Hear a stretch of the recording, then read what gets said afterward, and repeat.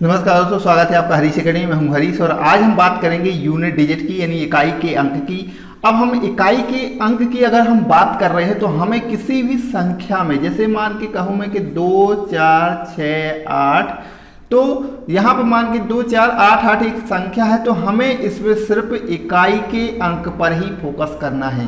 ठीक है, इकाई के अंक की जब हम बात करते हैं तो हमें फोकस किस पे करना है? किसी भी संख्या के इकाई के अंक पर। ठीक है, ये बात क्लियर हो गई। अब मान लीजिए ये संख्या है और इसमें और मैंने बहुत सारा कुछ भी लिख दिया, जैसे 4, 6, 8, 9। ठीक है, इसके अलावा और गुणा में कर लिया मैंने 9, 4, 3, 2। तो अब हमें इसमें क्या है? इकाई के अंक पर फोकस करना है, क्योंकि हमें इकाई के अंक को ही ज्ञात करना है। और अब हमें यहाँ पे एक साइन है जो इस पे फोकस करना है कि यार इसमें दोनों संख्याओं के बीच में साइन क्या लगा है, जैसे कि इंटू का लगा है और यहाँ पर 8 है, तो 8 नाम 72 है ना। अब हमें यहाँ पर भी इकाई का अंक ले लेना है और इसमें 2 दूनी क्या हो गया? 4। तो हमें इकाई का अंक अगर इस पूरी संख्या का निकालने को आए तो इसका इकाई का अंक 4 हो जाएगा। क्या करा हमने? इसमें इकाई का अंक लिया इस वाली संख्या में, तो 8 है, 8 का 9 में गुणा करिए, 9 8 72, तो 72 में भी हम 2 ले लेंगे और 2 को फिर हम इससे लास्ट के इकाई के अंक से गुणा कर देंगे, तो 2 दूनी 4, तो इकाई का अंक क्या आ गया? 4। तो कुल मिला के हमें फोकस क्या करना है? इकाई के अंक पर किसी भी संख्या का। अब मान लीजिए मैं कहूं कि 4, 8 और 3, 4। अब यहां मैं प्लस लगा दूं, 9, 3, 9, 2, 6। ठीक है, माइनस लगा दूं, 4, 8, 9, 2, है ना, कुछ भी लगा दूं, मतलब कितनी भी संख्या, मान में यहाँ पर इंटू कर दूं, है ना, 3, 4, 2, यहाँ पर कुछ भी लिख दूं। तो अब हमें क्या करना है? इकाई के अंक पर फोकस करना है। तो कहने का मतलब ये रहा, ये है कि यहाँ जो सिंबल है वो कुछ भी आ सकता है, हमको सिर्फ इकाई के अंक पर फोकस करना है। अब देख लेते हैं, अगर हम प्लस हो या माइनस हो या इंटू हो या डिवाइड भी हो सकता है, तो उसको कैसे करेंगे? जैसे प्लस लगा है, ठीक है ना, तो 4 और 6 कितना हो गया आपका? 10। ठीक है, अब यहां पर देख लें, चूंकि इंटू लगा है तो इसको एक अलग पोर्शन में कर लो, तो 2 दूनी क्या हो गया? यहाँ का 4 हो गया। अब ये 4 है और यहाँ माइनस का 10 है, तो अब इसको क्या कर देंगे हम? माइनस, तो लास्ट में क्या आएगा आपका? 6। हो सकता है यहाँ अगर 11 आ जाता तो 11 और यहाँ मान के चलो 14 आ जाता। ठीक है, 11 माइनस 14 आ जाता तो क्या करते? तो कुछ नहीं, आपको इकाई का अंक क्या है? यहाँ पर 1 है और ये इकाई का अंक क्या है? 4 है, तो 1 से तो घटाएंगे नहीं, तो इसको 11 मान लेंगे। तो 11 में से ये 4 जाएंगी तो आपका कितना बचेगा? आपका 7 बचेगा, तो इकाई का अंक 7 आ जाएगा। लेकिन अभी यहाँ पर क्या आ गया आपका? 10 में से 4 गया तो आपका 6 आ गया। तो ये आपका इकाई का अंक कैसे निकालते हैं। अब कुछ और अभी क्वेश्चन मिलेंगे आपको जिसमें बहुत सारी पावर आएंगी, जैसे 4 और 49 पे पावर चढ़ जाएगी, मान के चलो ये 4, 4, 3, 2, इतने सारी की पावर चढ़ जाएगी। तो इसको सॉल्व कैसे करेंगे? तो सभी को जनरली पता होता है, क्योंकि सब तैयारी कर रहे हैं तो इतना तो पता ही होता है कि 4 का भाग देते हैं इससे। तो क्यों देते हैं भाग, ये भी काफी लोगों को पता होगा, मैं आपको बता देता हूं कि जैसे मैंने करा 2 गुणे 2 गुणे 2 गुणे 2। ठीक है, 2 दूनी 4, 4 दूनी 8, 8 दूनी 16, तो 2 दूनी 4 आ गया, 4 दूनी 8 आ गया, 8 दूनी 16 आ गया। अब मैं अगला जैसे ही 2 करूंगा, ठीक है, तो 16 दूनी 32, क्या आ गया? 32। अगर मैं इकाई के अंक की बात करूं तो यहाँ पर 4 आया, 8 आया, 6 आया और 2 आया। अगर मैं और अगला गुणा करूंगा तो 32 दूनी कितना हो गया? 64, तो ये अगला क्या आ गया? 64, मतलब फिर ये 4 रिपीट हो गया। देखो यहाँ 2 था तो ये 2 आ गया, ये 4 था 4 आ गया। अब अगला करूंगा तो 64 दूनी कितना हो गया? 8 और 6 दूनी 12, तो मतलब 128। फिर क्या हो गया? ये 8 रिपीट हो गया या इकाई का अंक। तो कहने का मतलब मेरा ये है कि 4 बार गुणा करने पे जो संख्याएं आएंगी यूनिट डिजिट, मतलब इकाई के अंक में जो संख्याएं रहेंगी वो आगे भी ऐसे रिपीट होती जाएंगी। मतलब अब जैसे 8 आया तो अब क्या आएगा? 6, है ना, 128 दूनी क्या हो गया? 28 दूनी 56, तो 256 आ जाएगा, मतलब 6 आ गया। फिर और करेंगे जब डबल तो फिर आपका 2 आ जाएगा। तो कुल मिला के 4 अंकों के बाद कोई भी संख्या हमेशा क्या होती है? रिपीट होती है। ठीक है ना, इकाई के अंक की क्या होती है? इकाई के अंक की संख्या रिपीट होती है। आपको ये बात क्लियर होगी कि नहीं होगी? तो ये बहुत जरूरी है कि अगर किसी में संख्या में मान के चलो 2 के पावर अगर मैंने कितनी भी चढ़ा दूं, 4, 6, 4, 3, 2, तो इसमें हमेशा हमको क्या करना है, 4 का भाग देना। क्यों देना मैंने बता दिया, क्योंकि 4 बार के बाद वो संख्याएं रिपीट हो जाती हैं, इसलिए हमें पूरा ना करके इसमें क्या कर देना है, 4 का भाग दे देना है। और जो शेषफल बचे, क्या बचे, जो शेषफल बचे तो वो क्या होगी, उसकी पावर हो जाएगी। अब इसमें एक मैं छोटा सा एग्जांपल ले लेता हूं आपको, ताकि बहुत ही आसानी के साथ आपको समझ में आ सके कि हम आखिर करते कैसे हैं। जैसे मैंने अगर यहां पर 2 की पावर 5 कर दूं, ठीक है, छोटा सा एग्जाम्पल लिया मैंने अभी केवल समझाने के लिए, ठीक है। तो यहां में इसको करना क्या पड़ेगा, 2 गुणे 2 गुणे 2 गुणे 2, मतलब क्या करना पड़ेगा आपको, 5 बार 2 का गुणा करना पड़ेगा। इसका मतलब यही है, इकाई का अंक अगर इसमें ज्ञात करना है हमें तो 2 दूनी 4, दूनी 8, दूनी 16, दूनी 32, तो कितना आ गया आपका 32, मतलब 2 क्या आ गया आपका इकाई का अंक, ये आंसर आ गया।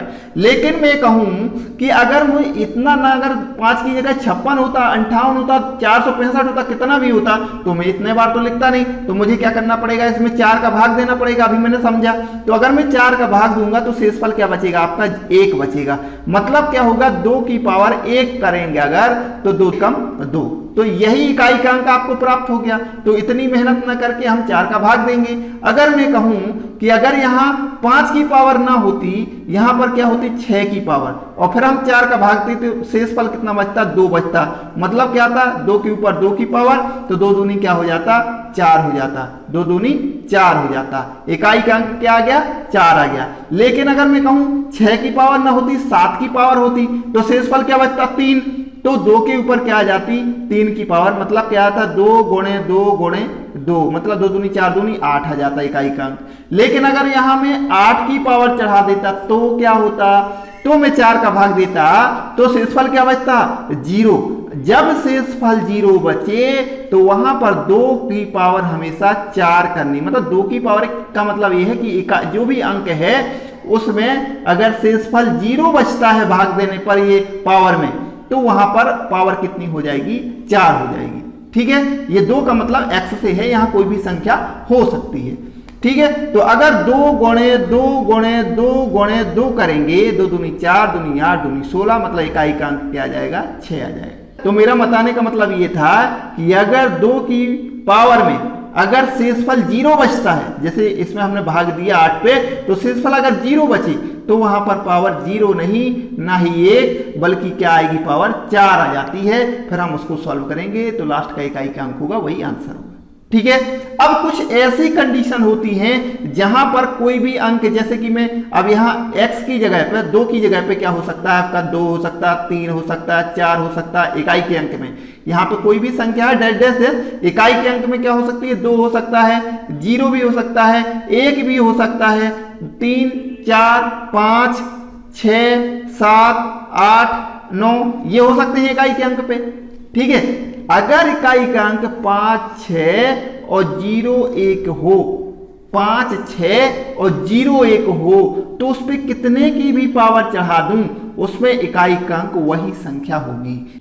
अगर मैं कहूं कि कोई संख्या में ले लूं 3 4 3 2 1, और यहां पर कितनी भी की पावर चढ़ा दूं, कितनी भी पावर बड़ी कर दूं, या कितना भी बढ़ा दूं, कितना भी बढ़ा दूं यहां, लेकिन हमने देख लिया कि इकाई का अंक 1 है, तो चाहे कितनी भी पावर चढ़ा दो, इसका इकाई का अंक क्या आएगा, 1 ही आंसर आएगा। जैसे मैं कहूं 4 5 3 और ये लास्ट में 0 लिख दूं, और यहां पर कितनी भी पावर चढ़ा दूं, जितना आपका मन है उतने पावर चढ़ा दो, लेकिन इसमें इकाई का अंक क्या आएगा, 0 ही आएगा। जैसे मैं यहाँ पर कोई और संख्या लिख दूं 5 5 6 3 5, और यहां पर मैं कितनी भी पावर चढ़ा दूं, जितनी आपकी मर्जी हो वो पावर चढ़ा दो, लेकिन इकाई का अंक क्या आएगा, 5 ही आएगा। उसी प्रकार से 6 में है, अगर यहाँ कितनी भी संख्या लिख दो और यहाँ पर कितनी भी पावर चढ़ा दो, लेकिन इकाई का अंक अगर 6 है, तो इसमें जो इकाई का अंक क्या आ जाएगा, 6 ही आएगा, है ना। तो ये इसका सीधा सा लॉजिक है कि 0 1 और 5 6 अगर इनमें इकाई का अंक है, तो आपका इसमें क्या होगा कि इकाई का अंक हमेशा यही की यही संख्या होगी। ठीक है, अब देखते हैं हम इसके क्वेश्चन, तो आपको और डाउट क्लियर हो जाएंगे। जैसे कि पहला क्वेश्चन है 756 938 गुणे 872, तो यहां पर इकाई का अंक ज्ञात करना है, तो क्या करेंगे हम, यहां पर 6 और यहां पर 8, तो यहां पर गुणा करेंगे तो 6 8 क्या हो गया 48, 8 का हम 2 में गुणा करेंगे, 8 दूनी 16, तो आपका 16 आ गया, तो इकाई का अंक क्या हो गया, इसमें 6 हो गया। जैसे मैं यहाँ पे कहूँ इसमें क्या है, 5 है, 4 है, 2 है, हमें इकाई के अंक पर फोकस करना है, तो 5 चौको क्या हो जाएगा आपका, 5 चौको 20 हो गया, और ये हो गया 0, 0 का 2 में गुणा तो 0 ही आएगा।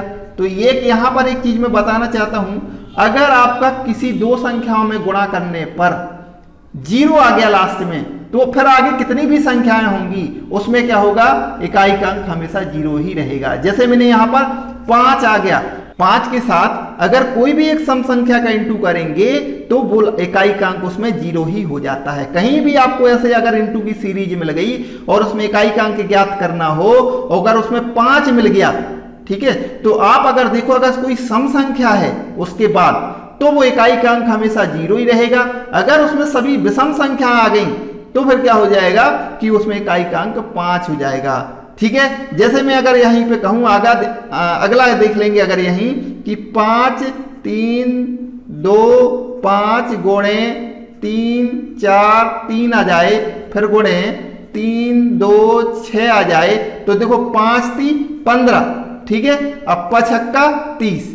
तो कहने का मतलब ये है कि अगर पूरी सीरीज में कहीं 5 आ गया और एक सम संख्या आ जाएगी तो इकाई का अंक हमेशा 0 ही आएगा। लेकिन अगर 5 के साथ कोई भी विषम संख्या है और आगे भी विषम संख्याएं हैं और सम संख्या नहीं है, तो उसमें इकाई का अंक 5 आएगा। ठीक है, ये आपको बात क्लियर हो गई होगी। अब मैं यहां पर देख लें, जैसे ये 8 आ गया और यहाँ एक 5 आ गया, 5 मिल गया और एक सम संख्या मिल गई, तो 5 40। अब यहाँ तो 0 हो गया ऑलरेडी, तो अब सब संख्या को गुणा करने की जरूरत ही नहीं है। आप बता दो कि इकाई का अंक क्या होगा, 0 ही होगा। क्यों? क्योंकि 5 के साथ में कोई एक सम संख्या आ गई इकाई के अंक की। ठीक है, तो उसमें मान हमेशा इकाई का अंक 0 ही रहेगा। लेकिन सभी ध्यान रखना, ये सारे आगे क्या होने चाहिए, इनटू रहने चाहिए। अगर कोई प्लस में है तो बात, माइनस में है या डिवीजन में है तो बात अलग हो जाएगी। ठीक है, याद रखना ये जो सिंबल है इनका भी रोल रहता है। ऐसा नहीं कि आपने 5 देखा, यहाँ प्लस लगा है और यहाँ सम संख्या आपने लिख दिया 0, तो गलत हो जाएगा। देख लेते हैं और क्वेश्चन, आपको और क्लियर हो जाएंगे। जैसे ये क्वेश्चन है, यहाँ पर मैंने जैसे पावर वाला लिया है, तो मैंने क्या बताया था, पावर में आप 4 का भाग दो, तो 4 एकम 4, 4 चौको 16, कितना बचा, 1 बचा, तो 3 की पावर 1 आ जाएगा। गुणे 4 का भाग दे देंगे, 4 एकम 4, 2 बचा, 4 छंग 24, 1 पावर आ जाएगी, 4 की पावर 1 आ गई। गुणे 125 में 35 की पावर है, 4 का भाग दे दो, 4 अट्ठे 32, कितना बचा, 3 बचा, तो 5 की पावर कितना बचेगा, 3 आ जाएगा। गुणे 4 का भाग दे दो, 4 3 12, तो 1 शेषफल बचा। तो आपको इकाई के अंक में बस क्या लिख देना है, 1, 8 को ना लिखो, इकाई के अंक में आपको 1 लिख देना है। ठीक है, तो अब इसमें क्या कर सकते हैं हम, 4 3 12, 2 बचा। अब यहां देखो 5 की पावर 3 है, तो 5 में चाहे कितने की भी पावर चढ़ा दो आप, इकाई का अंक हमेशा क्या रहेगा, 5 ही रहेगा। ये हम पढ़ चुके हैं। कितने कितने में, 0 में, 1 में, 5 में और 6 में कितनी की भी पावर चढ़ा दो आप, इकाई का अंक आप बिल्कुल आंख बंद के लगा दो कि वही का वही संख्या रहेगी। तो 2 12 यहाँ आ गया, 4 3 12 और 2 पंचे 10, अब 0 आ गया, तो यहाँ पे आपका 0 ही रहेगा इकाई का अंक। ठीक है, क्योंकि अब मैं यहाँ पे कौन सा लॉजिक बन गया कि 5 के साथ कोई सम संख्या आ गई तो इकाई का अंक ही 0 ही रहेगा। ठीक है, एक बार और यहां देख लेते तो आपको और क्लियर हो जाएगा। जैसे यहाँ पे 5 मिल गया, अब हमने क्या पढ़ा था, 5 के साथ कितने की भी पावर चढ़ा दो, इकाई का अंक 5 ही रहेगा। तो अब यहाँ आगे सॉल्व करने की जरूरत नहीं है। अब यहाँ देखो, यहाँ 7 के ऊपर 85 है, अब 4 का भाग दे दो, 4 दूनी 8 और यहाँ कितना बचा, 1, तो 7 की पावर कितना बचा, 1, तो 7 आ जाएगा। अब यहाँ देखो, यहाँ पे भाग दे दो 4 का, 4 एकम 4, 4 7 28, 2 बचा, 9 की पावर क्या आ गई, 2 आ गई। यहाँ पर 1 है इकाई का अंक, पावर कितना आ गई, 3, तो ये सब इंटू में है, तो 9 9 81, यहाँ हो जाएगा 81, है ना, ये 1 है। तो अब यहाँ देखो विषम आ गई सब, कोई भी ऐसी संख्या है क्या सम हो लास्ट में इकाई का अंक, 7 है, यहाँ 1 है, यहाँ 1 है, तो विषम है, तो इकाई का अंक हमेशा क्या होगा, इनमें 5 ही आ जाएगा। कैसे, 5 7 35, तो ये 5 आ गया। ठीक है, 5 एकम 5, ये 5 ही रहा, और 5 एकम 5, 5 ही रहा, आ गया इकाई का अंक 5। कहने का मतलब है 5 के साथ अगर सम संख्या कोई भी आ जाए, क्या आ जाए, सम संख्या आ जाए तो इकाई का अंक 0 रहेगा गुणा में। अगर 5 के संग कोई भी विषम संख्या आ जाए तो वो इकाई का अंक हमेशा क्या होगा 5 हो जाएगा। तो फिर आपको सॉल्व करने की जरूरत नहीं। ठीक है, आई होप आपको ये समझ में आ रहा होगा। अब अगला क्वेश्चन देख लेते हैं। जैसे अगला क्वेश्चन है कि 258 के ऊपर 100 की पावर है। ठीक है, 258 के ऊपर 100 की पावर है और यहाँ 547 के ऊपर 84 की पावर है। ठीक है, तो यहाँ 4 का भाग देंगे तो 4 दूनी 8, 2 बचा, 4 पंचे 20, मतलब पूरा पूरा चला गया। तो 8 के ऊपर कितनी आ जाएगी 4 की पावर, प्लस लगा है ध्यान रखना। यहाँ से 4 का भाग देंगे तो ये भी पूरा पूरा चला जाएगा, रिमाइंडर शेषफल 0 बचा, तो 7 की पावर कितनी आ जाएगी आपका 4। ठीक है, तो अब यहाँ कर देंगे 8 गुणे 8 गुणे 8 गुणे 8।